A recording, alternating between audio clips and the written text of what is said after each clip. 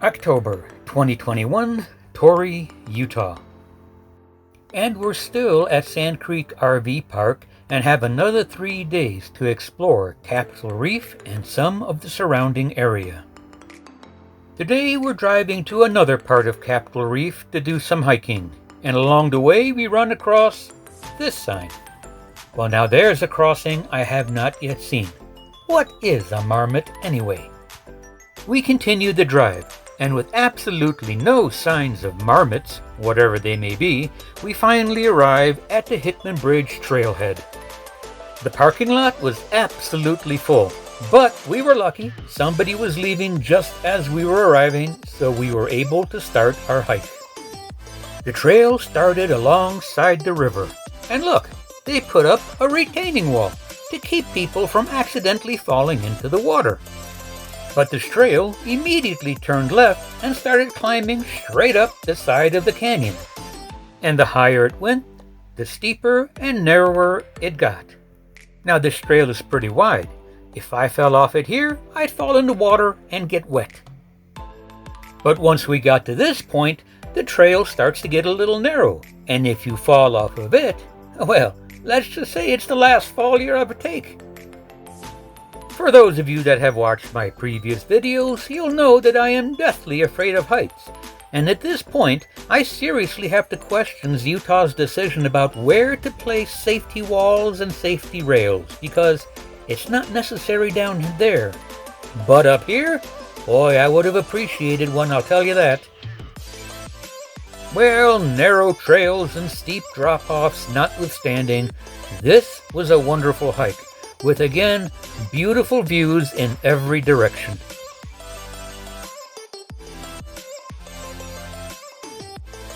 Most of the hike was in the sun and there was little shade along the way. But today was a fairly cold day and the sun was not such a bad thing. In fact, we enjoyed it.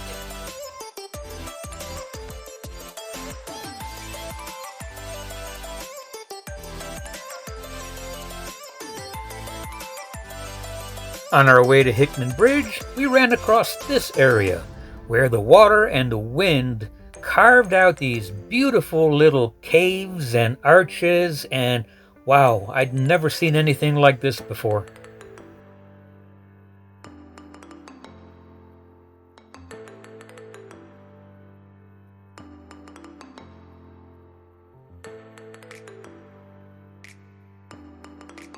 That was a nice little break to the climb, but the up continues because there's still a long way up to go to get to this arch that they call the Hickman Bridge.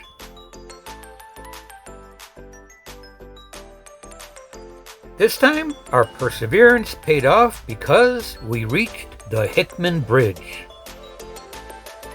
A lot of people travel to the Arches National Park because they want to see arches.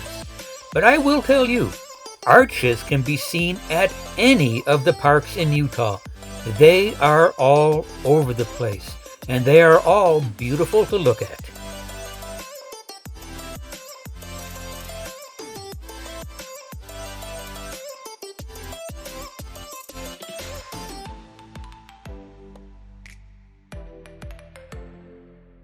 After spending a little time admiring the arch, it was time to make our way back down this mountain.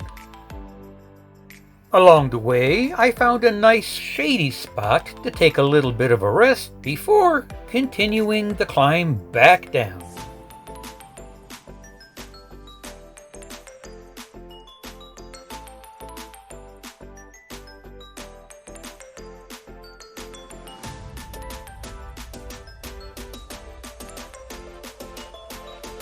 Eventually, we made it back down to the bottom and the safety of this wonderful retaining wall. I love the sound of running water like this, and if I can find a place like this to have lunch with a view, well then, let's have lunch with a view.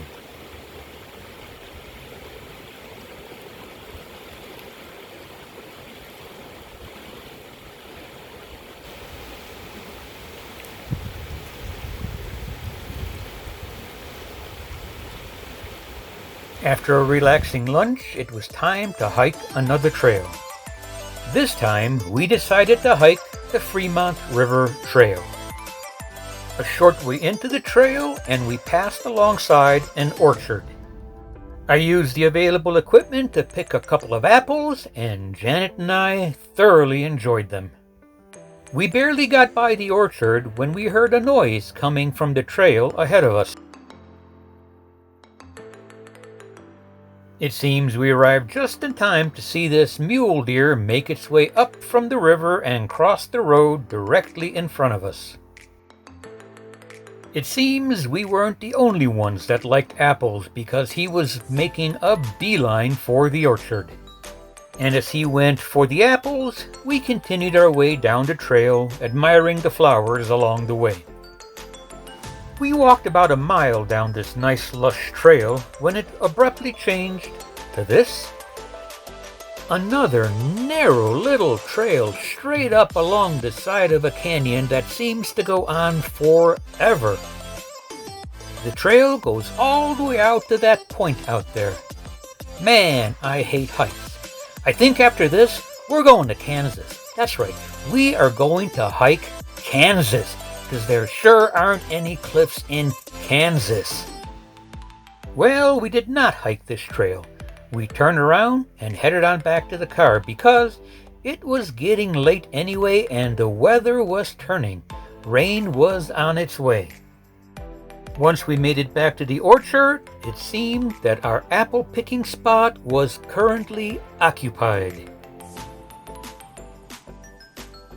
Like I said, them were some really good apples. So we barely beat the rain yesterday, and it's cold today. So we're taking a drive up to Fishlake National Forest. Our first stop was the Sweetgrass Coffee House in Hickman. We enjoyed our morning cup of coffee there and then started the drive up to the forest. Once we reached the forest and started climbing up higher into the mountains, we started seeing the fall colors. One of the sights along the way was the Old Spanish Trail. This trail went from New Mexico to California and was primarily used from 1828 to 1849. As we continued our drive up and over the mountain, we ran into this sign. Not just a single deer, but multiple deer. Herds of deer. And there they are. Wait a minute. Those aren't deer. They must have gotten their signs confused. After setting aside the confusion between deers and cows, we continued admiring the beautiful colors along the lakes up here. I wonder if we'll see any marmots. There was no signs, but you never know. We made it across the mountain. The temperatures never got up above 50, and now it's time for us to go home. It might have been too cold to hike, but it wasn't too cold to enjoy this beautiful drive through Fishlake Forest. The next day was still cold, so we figured one good drive deserves another. This drive was about a 120-mile long loop, and a good portion of it was dirt roads. The drive started from our RV on Highway 24 and took us down to the Notum Bullfrog Road. After many miles on the Notum Bullfrog Road, we turned right and headed down the Burr Trail. The Burr Trail connected to Highway 12, which took us back home again.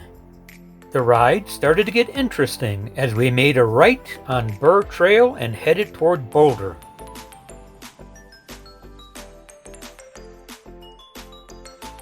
We stopped long enough to admire some flowers and then looked up at my GPS. No, my GPS is not having a nervous breakdown, because the first part of the Burr Trail starts off with the Burr Trail Switchbacks.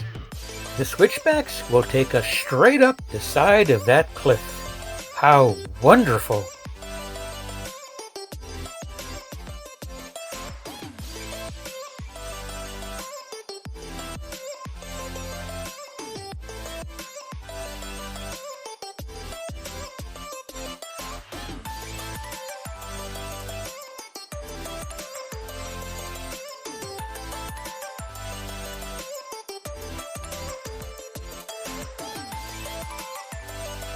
The view from a quarter of the way up was nice.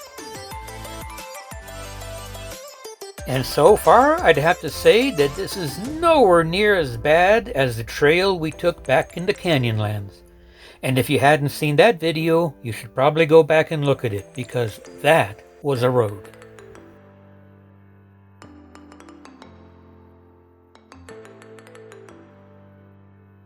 So the drop-offs on this road are still unpleasant, but the road is so much wider, and the hairpin turns are nowhere near as sharp as they were back in the Canyonlands. At halfway up, everything is still looking good.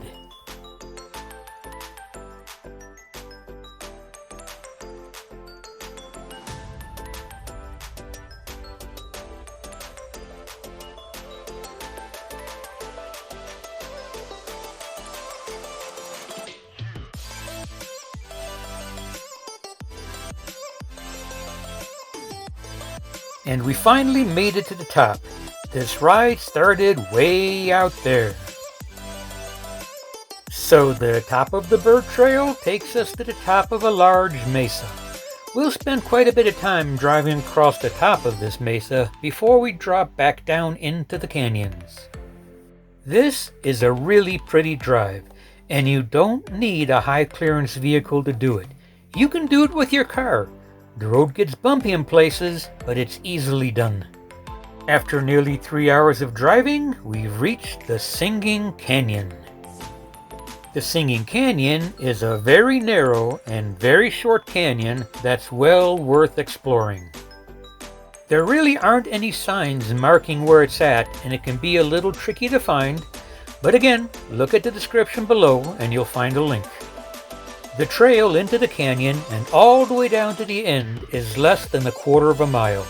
And again, it's a really easy walk.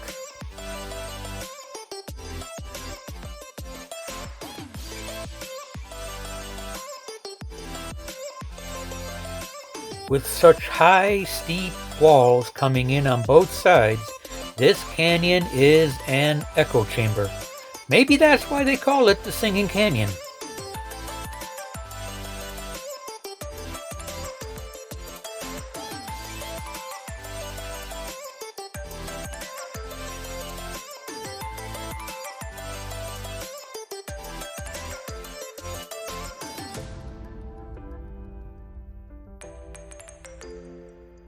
The walk in and out of the canyon was a nice, pleasant trip after the last few hours in the car.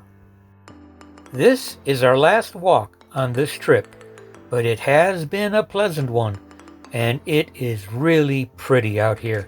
It's a good way to end our trip. Now all that's left is about another 40 miles or so, and we'll be back home at the RV. And from here, the road is paved. So if you want to see the Singing Canyon, you can come in from the boulder side and never have to do any of the dirt roads we did. Of course, you'll still have to do some ups and downs because you'll be at the top of the mesas and then you'll drop down into the canyons. And you'll do this a few times. This drive home ends our adventure here at Capitol Reef. But we haven't only seen Capitol Reef. We've also been down to the Grand Staircase Escalante, the Dixie Forest, and the Fishlake Forest. We've taken hikes along the river, down in the canyons, and up on ledges on the side of the canyons. We've seen deer and cows and beautiful flowers and all sorts of gorgeous rock formations. So it's been a good stop here at Torrey, Utah, but now it's time to move on. Oh, and before I forget, the one thing we didn't see was a marmot. So here is what a marmot looks like. The marmot is the one on the right, by the way. This is a more dignified pose. But as I said, it's time to move on. Don't forget, the description has links to everywhere we went to so you can find them a whole lot easier. Our next destination is Bryce, Utah, and I certainly hope that you'll join us at our next stop.